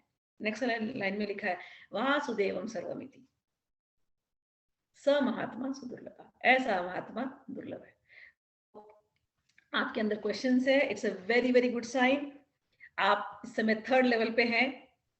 आप आर्थ अर्थार्थी जैसे प्रश्न नहीं करते, आप इंटेलिजेंट क्वेश्चंस करते हैं, तो जिज्ञासा हो जाएगी। कनेक्शन फिर से स्टेज बोल रही हूँ, हाँ? आप थर्ड स्टेज पर हैं, आप जिज्ञासु हैं, भगवान को प्रिय हैं। बहुत शीघ्र ही जिज्ञासा करते करते बहुत जन्म लग सकते हैं, कभी इसी जन्म में हो जाएगा। हाँ, क्या क्या रियलाइज करना है, फाइनल कंक्लूजन क्या, भगवान कृष्ण ही सब कुछ है, वासुदेवम सर्वमिति। जिस दिन ये रियलाइजेशन हो गया, आप ज्ञानी के स्टेज पे पहुंच जाएंगे। So it is good, keep asking questions. आपने पूछा how do I make this transition of rewiring myself and immersing in समर्पण भाव। सुनते सुनते सुनते सुनते सत्संग करते करते करते करते भाव इतना स्ट्रांग हो जाएगा, जिस दिन सारे क्वेश्चन धीरे धीरे बोलते ना, सारे क्वेश्चंस आंसर हो जाएंगे। गीता के 18 चैप्टर्स, और मैं ये अकेले नहीं बोल रही हूँ, इसमें से कुछ लोग रिपीट हैं यहाँ पर। पहली बार तो डाउट से आते हैं, फिर आते हैं, फिर सुनते हैं, लेकिन 18 चैप्टर होते होते, आई एम टेलिंग यू, फिर उसके बाद आप रिपीट पढ़िए, सुनिए लेक्चर्स को बारंबार, आपके अंदर समर्पण भाव अपने आप आ ही जाएगा, आना ही है। This is the final stage, आएगा ही आएगा। सो बिल्कुल उसकी आप चिंता मत करें, भगवान को आप बहुत पसंद है। अच्छा, कभी कभी फिर आप कहते हैं कोई कोई दिन तो भगवान पूरे दिन मेरे अंदर चलते रहते हैं। Some days God is always humming and some days he is not. Some days everything is devoted in his service, some days मैं अपने ईगो में रहता हूँ। Is this way normal? Yes, it is very normal. जब तक चित्त की शुद्धि नहीं होती, ये नॉर्मल है। लेकिन गुड न्यूज यही है ना कि आपका भगवान में मन लग रहा है। इसका भी एक कारण होता है कि क्यों आदि यहाँ आ जाती है, वो कारण चैप्टर 7 में ही आएगा, एंड में आएगा। चैप्टर 7 में ही आते हैं ये जो आपने जितने प्रश्न किए ना, उसका उत्तर चैप्टर 7 में ही है सब। तो देखो, चैप्टर 7 का वो श्लोक निकालना चाह रही थी, लेकिन बाद में निकालते जब, हाँ, क्यों नहीं होता ऐसा, भगवान ने उसका आंसर दिया चैप्टर 7 में। येषाम त्वंतगतम पापम जनानाम पुण्य कर्मणाम ते द्वंद्व मोह निर्मुक्ता भजन्ते माम दृढ़। चैप्टर 7 श्लोक नंबर 28। भगवान कहते हैं, मैंने कल भी इस पे चर्चा की थी, कि हमारे प्रारब्ध के कर्म कुछ ऐसे, पाप, अगर पाप को लेकिन ऐसा मत समझना कि मैं डाउन कर रही हूँ कुछ, क्योंकि हमारे मन में बहुत कंडीशनिंग होती है। पाप वो होते हैं जहां हम भगवान को स्मरण नहीं किए। एनीथिंग संसार में जब हम भगवान को स्मरण नहीं करते तो पापमय जीवन है। अगर हम भगवान को स्मरण करते हैं, यज्ञमय जीवन करते हैं, तो पुण्यमय जीवन। इतना ही डेफिनेशन है पाप और पुण्य का। ठीक, सिंपल डेफिनेशन। भगवान को याद नहीं किया तो पाप है, भगवान को याद किया तो पुण्य। तो कहते हैं जब पाप समाप्त हो जाते हैं, हमने प्रारब्ध में कर दिए, भगवान को इतना याद नहीं किया, कोई बात नहीं है, वो समाप्त हो जाते हैं। और पुण्य जब बढ़ता है, ये दो रीजन दिया भगवान ने, पाप समाप्त होने चाहिए प्रीवियस लाइफ के, और पुण्य इस जन्म के बढ़ने चाहिए। जब ऐसा पुण्य बढ़ने लगता है, तब जाके ये द्वंद जो अभी आपका चल रहा है ना, कोई दिन होते भगवान याद आते हैं, कोई दिन में अपने अहंकार में रहता हूँ, ये द्वंद है। उस दिन ये द्वंद और ये मोह मुक्त होता है, जब आपके पुण्य बढ़ते जाते हैं। तो पुण्य कैसे बढ़ाएंगे? सत्संग से। सत्संग रोज करते जाइए, सिंसियरली भगवान को याद करते जाइए। भगवान को याद करेंगे, सारे द्वंद, सारे मोह सब समाप्त हो ही जाएंगे। भगवान है ही ऐसे। He won't leave you. टेढ़े मेढ़े आके ऐसे हृदय में बैठेंगे ना, आपके पास कुछ ऑप्शन नहीं रहेगा, आपको सुधरने के अलावा कुछ ऑप्शन नहीं। सो भगवान ऐसा करते हैं। तो अभी आपकी जो स्थिति है नॉर्मल है, क्योंकि मैंने जो कहा ना, अर्थार्थी, जिज्ञासु, इस स्टेज में आप कभी ना कभी जाते हैं, इसीलिए ऐसा होता है। So don't worry. आगे आपने कहा, इज रिमेनिंग इमर्स्ड इन ईश्वर स्मरण विद स्मरण भाव the main attribute with of भक्ति? यस, ईश्वर का स्मरण करना है, भाव पूर्वक स्मरण करना है। फिर आपने पूछा what is the sanctity and relevance of rituals? अगर रिचुअल समझ जाएंगे तो रिचुअल्स का एक ही रेलेवेंस अगर आप पूछे तो एक ही है कि भगवान की प्राप्ति आपको हो जाए। बस आपके माइंड को ट्रेन करने के लिए रिचुअल्स दिए जाते हैं। जैसे भगवान के हरे कृष्ण महामंत्र की 16 माला जपनी है रोज, ये एक रिचुअल आप समझ लो। लेकिन ये इसलिए है कि training for the mind. Mind ऐसे ट्रेन नहीं होता, तो उसको बोलते हैं माला पकड़ा दे। एक थोड़ा लेट होगा क्लास को, but please bear with me. एक साधु थे, तो वो एक पीपल के पेड़ के नीचे गए और वहां पर उन्होंने कुछ जप किया, तो वहां पर से एक भूत आया पीपल के पेड़ के नीचे से, बोला मैं आपकी सेवा करना चाहता हूँ, आप मेरे को मुक्ति दे सकते हो, तो मुझे मुझे आपकी सेवा का मौका दो। तो वो बोले अच्छा देता हूँ सेवा का मौका। बोले लेकिन आपने सेवा का मौका नहीं दिया तो मैं आपको खा जाऊंगा। मैंने बहुत बड़ा पाप किया है, तो मेरे अंदर ये स्वभाव है कि मैं आपका सेवा तो करूंगा, लेकिन अगर आपने मुझे कुछ काम नहीं दिया तो मैं आपको खा जाऊंगा। साधु बोले अरे ये क्या बात हुई? बोला नहीं आपको करना पड़ेगा, आपने मेरी मदद की, आप मेरे को मुक्ति भी दे सकते हैं, लेकिन मैं आपको खा जाऊंगा अगर आपने मुझे काम में नहीं लगाया तो। साधु ने बोला ठीक है आजा आश्रम में, मैं तुझे काम दूंगा। तो वो भूत बैठा है और साधु को बोला क्या काम करूं? तो साधु ने बोला जा मेरा बाहर गार्डन है उसको संभाल दे। तो भूत गया, गार्डन में संभाल के आया। अब ये स्वामी अपने लगे हैं भजन में, ये भूत आया फिर से, बोला मुझे फिर से कुछ काम दो। वो काम खत्म हो गया, तो स्वामी ने गुरुजी ने कुछ दूसरा काम दिया, बोला पानी भर ला कुएं से। तो गया कुएं से पानी वानी भर के लाया। फिर साधु अपने भजन में लगे, फिर ये भूत आया, अरे मुझे कुछ काम दो। काम क्यों नहीं दे रहा? मेरा काम वो खत्म हो गया। तो साधु ने बोला अच्छा एक काम कर, जा करके कुछ सब्जी वब्जी खरीद के लेकर के आ जा, कुछ इंतजाम कर। वो गया लेकर के आया। फिर ऐसे कुछ ना कुछ काम मांगते जा रहा है वो, क्योंकि अगर ये काम नहीं देगा तो ये खा जाएगा भूत उसको, तो काम उसको देना है। तो साधु परेशान हो गया कि ये भूत कहाँ से मेरे गले पड़ गया, मैं इसको काम दे रहा हूँ और काम खत्म हो जाता है, और ये मेरे साधना में मेरे को भंग कर रहा है, अभी मैं इसको क्या काम दूं? तो साधु ने क्या बोला, एंड में एक सीढ़ी पड़ी थी, बोला उस सीढ़ी के ऊपर ना तू ऐसा 108 बार चढ़ना, ऊपर ऊपर ऊपर 108 बार चढ़ना, फिर वहां पर बैठना और वहां पर 108 गिनती करना, फिर 108 बार नीचे उतरना, फिर नीचे गिनती करना 108, फिर 108 बार ऊपर चढ़ना, फिर 108 बार नीचे करना। ऐसा तो दिन भर करते रहना बस। तो उसने बोला हाँ ठीक है ऐसे करता हूँ। अब भूत को काम मिल गया। अब पूरे दिन वो 108 बार ऊपर जाता है, फिर वहां पर 108 बार नीचे गिरता है, फिर नीचे आता है, फिर ऊपर जाता है, फिर नीचे आता है, फिर ऊपर जाता है। ये उसका चल ही रहा है जब तक, अब जब तक ये बुलाएगा नहीं साधु तब तक ये आ नहीं सकता। वो सीढ़ी ऊपर नीचे ऊपर नीचे ऊपर नीचे कर ही रहा है। तो ये भूत जो है ना, ये कौन है? ये हमारा मन है। इसको, मन को आपने अगर उसको कुछ काम नहीं दिया ना, तो ये आपको खा जाएगा मन आपका। अगर आपने इसको भगवान के काम नहीं दिए तो ये मन आपको संसार में ऐसा ले जाएगा, ऐसा ले जाएगा, ऐसे विषय भोग में ले जाएगा कि आपको पूरा विष में डुबा देगा। और वो जो 108 सीढ़ी है ना, वो माला है। इसको, इस मन को माला पकड़ा दो तो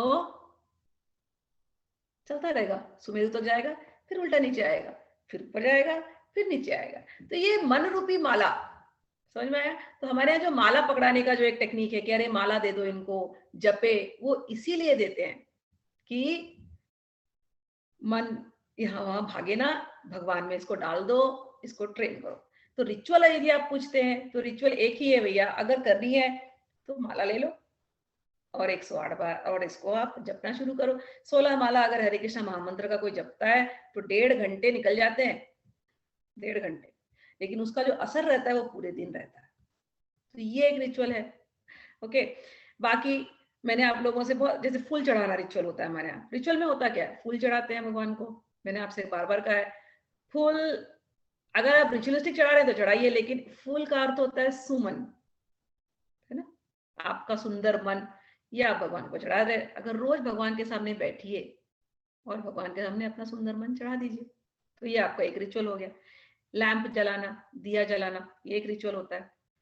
भगवान जिसके नेत्र ही सूर्य हैं, जिसके नेत्र ही चंद्रमा है, उसको सच सच में उसको तुम्हारे दीपक की जरूरत है क्या? तुम्हारे दीपक से क्या उसके जीवन में रोशनी आने वाली है? नहीं। हम अपने हृदय में रोशनी लाएं।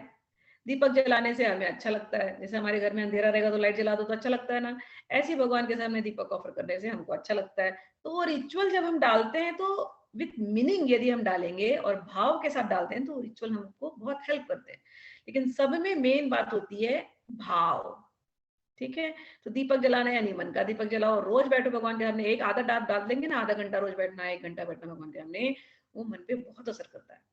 जैसे किसी को पढ़ाई करनी है, भीड़ भाड़ में पढ़ाई करने के बजाय वो जाके लाइब्रेरी में आधा घंटा 1 घंटा बैठ के पढ़े, शांति से। तो वो अलग होती है ना कि चलते फिरते वो पढ़ाई कर सकता है, बहुत मुश्किल होगी वो।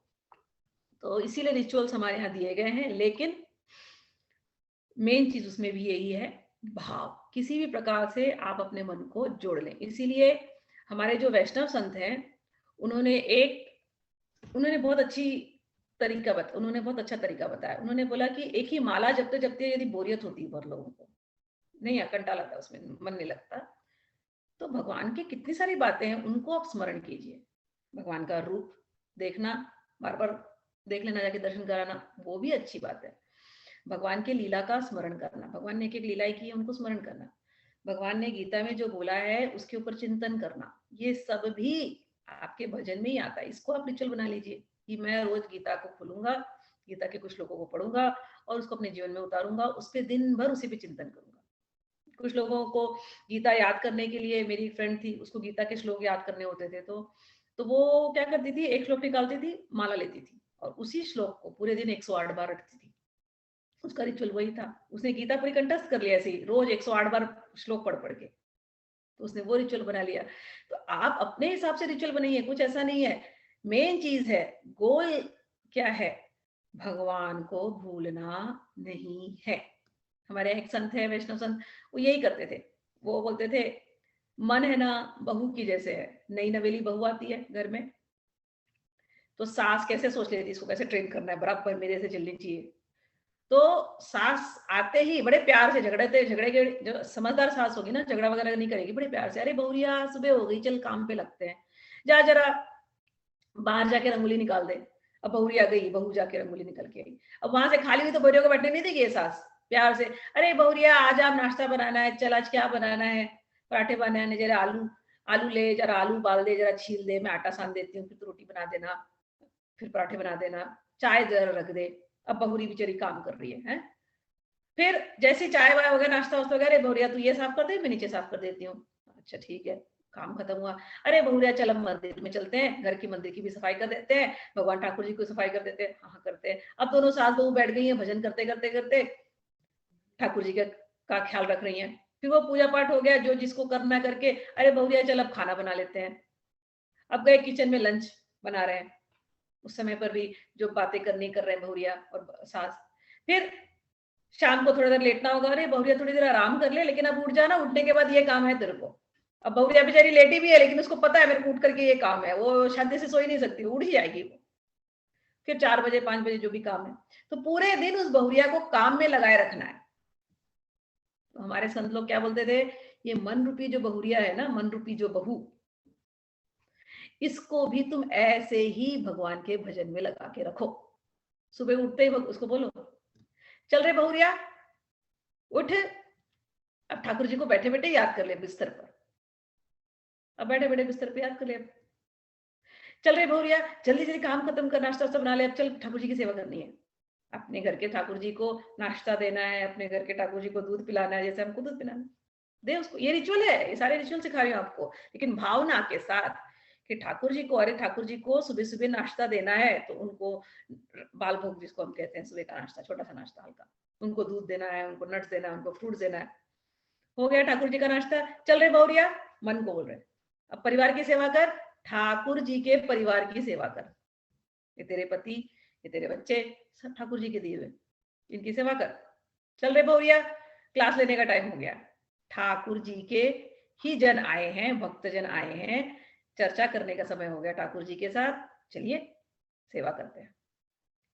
फिर दोपहर को चलो मंदिर घुमाते हैं, फिर थोड़ा देर माला कर लेते हैं। तो इस प्रकार से थोड़ी देर गीता पढ़ लेते हैं, थोड़ा देर भजन कर लेते हैं। इस प्रकार से पूरे दिन इस मन, ये जो बहू है ना, मन वाली बहू, इसको भगवान के किसी न किसी काम में लगाए रखो। बस पूरी ट्रेनिंग, ये जो रिचुअल आप पूछ रहे हैं, ritual is to train the mind, कि माइंड, कि ये मन अखंड धारावत, अखंड रूप से भगवान का चिंतन करता रहे। प्रैक्टिकली कोई भी व्यक्ति हमेशा समाधि में नहीं रह सकता। मुझे पहले ऐसा होता था, यंग थी ना मैं, तो ध्यान लगता था, ध्यान बड़ा अच्छा लग जाता था। फिर ध्यान के बाद जब उठना पड़ता है और संसार में आना पड़ता है ना, तो अच्छा नहीं लगता था, चिढ़ होती थी बहुत। तो मैं एक बार उज्जैन गई थी, तो मैंने वहां पर एक साधु से पूछा, मैंने कहा पूरे दिन समाधि में कैसे रहे? तो उन्होंने मुझे डांट दिया, बोले पूरे दिन समाधि में कोई रहता नहीं है, कहाँ से तुम्हारे दिमाग में आ गया? मैंने कहा अच्छा, तो क्या करते हैं? बोलते समाधि जितनी देर के लिए लगाई है ठाकुर जी ने लगाई है, तुम्हारे चाहने से भी नहीं होती। पहले तो लगने के बाद उठो और समाधि के वो जो जो जो आनंद मिला आपको, उस आनंद को आप बांटो लोगों में, सेवा भाव में रहो, तो भी आपकी समाधि टूटती नहीं है। वो एक्चुअल समाधि है कि आप ध्यान करें, आंख बंद करें तो भगवान की याद आई, आंख खोले तो सबने भगवान को दर्शन किया और आपने सेवा की, तो ये आपकी अखंड समाधि हुई। आपको क्या लगता है ऐसे बैठ गए संसार से हट गए उसको समाधि? नहीं, नहीं, ऐसा नहीं होता। अपने शरीर को बोलते साधु भी जो जो पहाड़ों में रहते हैं, यहाँ रहते हैं, उनको भी अपने शरीर को पालने के लिए उठना ही पड़ता है, शरीर की क्रिया करने के लिए उठना ही पड़ता है। तो कोई भी ऐसा कभी भी लंबे समय तक नहीं रहता। सो प्रैक्टिकल हो जाना, समझ में आया?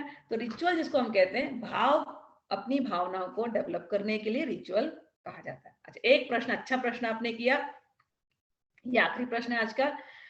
A lot has been said about the guru. It's generally said that the guru would find the disciple when the time is right. Yes, true seeker को true guru मिल ही जाता है। How do I know who my guru is? How does one prepare for the guru to enlighten life? How does he know the guru is real? Just like the disciple needs to have some pre-qualification, what are the qualities of a guru? हाँ, बहुत अच्छी बात है। How, लेकिन वो how वाली बात पहले एक्सप्लेन करती हूँ कि आपको गुरु मिल गया, आपको कैसे पता चलेगा? गुरु मिलने के बाद है ना, सारे सारे प्रश्नों के उत्तर मिलने लगते हैं। गुरु मिलने के बाद, सच्चा गुरु कभी मिल जाए आपको, इतनी मन को शांति है कि फिर आपको कहीं, आप बहुत गुरुओं को सुनेंगे लेकिन हार करके इसी गुरु के पास आकर के सुनना आपको अच्छा लगेगा। दुनिया भर आप घूम के आएंगे लेकिन लगेगा नहीं, इसी के पास ये अच्छा लग रहा है। ये गुरु के अंदर होता है नेचर। गुरु के चरणों में बैठेंगे, सारी दुविधा आपकी खत्म हो जाएगी, सारे क्वेश्चंस आपके आंसर हो जाएंगे। और गुरु को बोलने की भी कई बार जरूरत नहीं है, चर्चा की भी जरूरत नहीं। कई बार गुरु दृष्टि मात्र से हो जाता है, गुरु के स्पर्श मात्र से हो जाता है, गुरु के पास बैठने से हो जाता है। अच्छा, कोई गुरु सच्चा है कि नहीं? गुरु जो आपको भगवान से मिला दे, गुरु को लालच नहीं होगी, कभी भी लालच नहीं होगी शिष्य से, किसी भी प्रकार की लालच नहीं होगी। गुरु तो ऐसे होते हैं, उनको तो ये भी नहीं होता मुझे कोई शिष्य चाहिए ही नहीं उनको शिष्य, वो अपने भजन में मस्त होते हैं। हाँ, कोई सीकर उनके पास आता है तो वो अपना समय निकाल करके सेवा भाव में, क्योंकि गुरु के अंदर सेवा भाव बहुत ज्यादा होती है, दया भाव बहुत होती है। तो गुरु दया में, सेवा में कि इनको हम कुछ दे दे जिससे इनका भला हो जाए तुरंत, शीघ्र। तो गुरु के अंदर ये सारे स्वभाव नेचुरल होते हैं। वो आपके धन के लिए नहीं कभी आएंगे, उनको आपकी दक्षिणा से कुछ लेना देना नहीं, उनको आप वाहवाही करें या आप उनको छोड़ करके चले जाएं, इससे भी उनको फर्क नहीं पड़ता। तो गुरु में तो ऐसे बहुत लक्षण है, और आगे उसके अंदर बहुत सारे आते हैं कि गुरु श्रोत्यम होता है, ब्रह्मनिष्ठ होता है। गुरु के अंदर ज्ञान, गुरु हर जगह गया होता है, उसके अंदर ग्रंथों का अच्छी तरह ज्ञान होता है उसे। और ज्ञान ही केवल बोलते हैं ना, पोथी पंडित नहीं होता, वो ब्रह्मनिष्ठ होता है, उसको पता होता है तत्व क्या है, ब्रह्म, परमात्मा, भगवान, ये तत्व पता होता है। उसके पास आप जाएंगे, वो आपको आधा अधूरा ज्ञान देगा नहीं, वो पूरा ज्ञान आपको देगा। आप उसको समझ पाए नहीं समझ पाए वो बात नहीं, कोई भी गुरु अपना जो उसके पास है वो देगा ही देगा। तो श्रोत्रियम उसको सब आता है, उसने बुक्स को पढ़ा है, ग्रंथों को उसने पढ़ा है, ग्रंथों से वो उत्तर देगा। अपना मनगढ़ंत, ऐसे बहुत सारे गुरु अपने मनगढ़ंत आंसर देते हैं, वो कई बार घुमा देंगे अपने मन मर्जी नहीं, ऐसा नहीं। रियल गुरु, मैंने जो अपने गुरुओं से सीखा है, रियल गुरु हमेशा ग्रंथों से ही कोशिश करके आंसर देने की का प्रयास करते हैं। वो अपने आप को गुरु समझेगा ही नहीं पहले तो, कैसे समझ सकता है? क्योंकि एक ही तो गुरु है, भगवान श्री कृष्ण, और कौन गुरु? या शिव, दो ही गुरु है अगर गुरु रूप में देखना है तो, भगवान कृष्ण और भगवान शिव। जो गुरु की आवश्यकता क्यों है? तुम भूल चुके हो कि तुम कौन हो, तुम भूल चुके हो कि तुम्हारा रिश्ता भगवान के साथ क्या है, तुम जो वो मार्ग भूल गए, तुम जो वो मार्ग भूल चुके हो, केवल गुरु आपको आकर के वो याद दिला देता है कि तुम भगवान के हो, तुम्हारा भगवान के साथ जुड़ना ये तुम्हारा रास्ता है, तुम संसार में डिटूर कर चुके हो। गुरु आकर के केवल इतना ही आपको देता है, बस याद दिलाता है, स्मरण दिलाता है। फिर जब आप पूछते हैं कि रास्ता क्या है, वो आपको अलग अलग रास्ते बताएगा। ध्यान मार्गी को ध्यान का बताएगा, जप मार्गी को जप का बताएगा, लेकिन बताएगा, सब कुछ बताएगा। तो आपको कैसे पता चला कि पता चलेगा, आपका प्रश्न है ना कि आपको कैसे पता चलेगा कि हाँ मुझे मिल गया, सब कुछ मिल गया? उसका एक ही उत्तर मेरे गुरुओं ने दिया है। आप खाना खाते हैं ना, तो आपका पेट भर गया है, ये आपको कैसे पता चलता है? आप छोटे थे तो इतना सा खाते थे, थोड़े बड़े हुए तो ज्यादा खाने लगे, और बड़े हुए तो ज्यादा खाने लगे, और बड़े हुए तो और फिर से कम होने लगा। तो आपको जब पेट भर गया तो आपको पता चल जाता है ना, अब पेट भर गया, अब नहीं चाहिए, अब शांति। तो गुरु के साथ भी ऐसे ही है। जब कोई ऐसा गुरु जीवन में आ जाता है कि उसके पास सभी प्रश्नों का उत्तर मिलना शुरू हो जाता है, उसके पास जाते ही एक आनंद का अनुभव होता है, एक प्रेम का अनुभव होता है, उसकी बातों को सुनते ही भगवान से जुड़ जाते हैं, और फिर लगता है आह अब पेट भर गया, अब मन भर गया, अब और कहीं जाने की जरूरत नहीं। तो आप सर्वत्र देखेंगे भगवान, मतलब अलग अलग गुरु हैं संसार में, सबको आप नमस्कार करेंगे, सबकी बातें सुनेंगे। कई बार क्या होता है हमारे, एक और बात मुझे सिखाई मेरे गुरुओं ने, दत्तात्रेय उपाख्यान जब आएगा भागवत में तो उसमें है कि दत्तात्रेय ने अलग अलग लोगों को गुरु बनाए, 24 गुरु थे उनके दत्तात्रेय के, तो उसमें से कुछ बातें लेने लायक थी। तो एक चीज मेरे गुरु ने सिखाई है, तुम सारग्राही बनो। बहुत गुरु आएंगे, शिक्षा गुरु तो बहुत होते हैं, बहुत, दत्तात्रेय की तरह तुम ले सकते हो, बहुत लोगों से शिक्षा ले सकते हो, तो सारग्राही बनो। किसी भी गुरु के पास गए, उसकी अच्छी बात लगी आपको, ले लो। जैसे भौरा होता है, भौरा क्या होता है, हर फूल में जाता है और जाकर के वहां से अच्छे अच्छे नेक्टर लेता है और अपना बना लेता है, हनी हनी को है। तो ऐसे तुम भौरे बनो, भौरे बनो। तुम जिस भी गुरु के पास जाना चाहते हो, क्योंकि अभी तक तुम्हें नहीं पता कि सच्चा गुरु क्या, मैं क्या, कुछ नहीं पता, तुम्हें अच्छा लग रहा है सत्संग, तो तुम लो वो सत्संग, लो उस सत्संग से वो सार वाली बात ले, सार ग्राही एसेंस लो, वो बातें लो जो तुम्हें भगवान से जोड़ दे बस। ठीक, एक तो ये बनो। जब आप ऐसे बहुत जगह जब आप ट्रैवल करते रहेंगे ना, जाते रहेंगे, हर गुरु की बात सुनते सुनते सुनते सुनते सुनते, और साथ में फिर भगवान की कभी कृपा होगी, कोई ऐसा गुरु मिल जाएगा जिसके पास बैठ करके आपको जो आपने सार इकट्ठा किया था वो भी आपको स्मरण होगा, जो आपके क्वेश्चंस थे उसका भी आंसर मिल जाएगा, फिर शांति, फिर आप यहाँ वहां भटकेंगे ही नहीं, अपने आप समझ जाएगा अब पेट भर गया मन में। अगर और एक बात बताती हूँ, सबसे बड़े गुरु होते हैं भगवान। आपके नंबर 1 गुरु जिसको हम कहते हैं चैत्य गुरु कहते हैं, उसको चेतना में बैठने वाले गुरु को चैत्य गुरु कहते हैं, वो होते हैं भगवान। तो ट्रू सीकर को ट्रू गुरु मिलता है, कैसे मिलता है, उसकी चेतना में इतनी तड़प हो जाती है, तो अंदर के बैठे गुरु को मालूम है इसको बहुत तड़प है, वो मिला ही देंगे, जिसका जिससे स्नेह है उसको वो मिलता ही मिलता है। मैं आप लोगों को किसी को नहीं जानती थी, अभी भी नहीं जानती हूँ अभी भी नहीं जानती, मैंने कभी आप लोगों से कभी आपके पर्सनल लाइफ के बारे में भी कभी जाना नहीं है, पूछा ही नहीं मैंने, इसीलिए नहीं पूछती हूँ ना मैं पर्सनल होती हूँ, क्योंकि कभी क्या होता है, वक्ता को भी प्रॉब्लम होती है कि अगर आप समटाइम्स वक्ता को मैंने देखा है वो आंसर श्रोता के हिसाब से देता है, और जब मैं भगवत गीता पढ़ती हूँ तो मुझे लगता है नहीं, भगवान क्या बोलना चाहते हैं, उनके हृदय के अंदर बैठे भगवान, उनके हृदय के अंदर के चैत्य गुरु उनको क्या देना चाहते हैं वो बोलना है, हम केवल निमित्त मात्र है, निमित्त मात्र।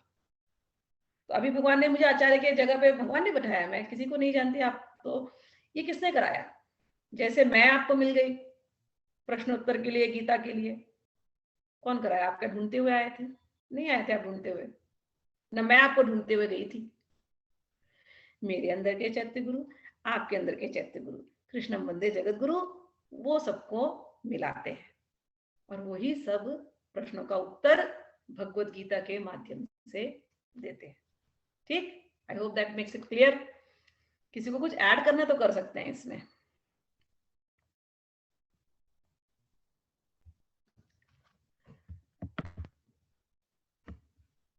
या कुछ प्रश्न है तो पूछ भी सकते हैं, जैसे भी।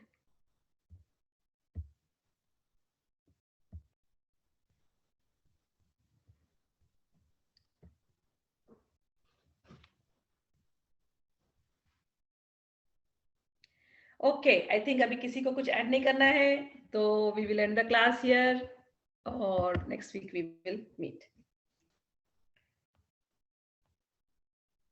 हरि बोल। हरी बोल स्मिता, हरी बहुत बोल, अच्छा हरी बोल। किया है। चलो, good, I am happy. Hari बोल, राधे राधे। राधे राधे। जय श्री कृष्णा।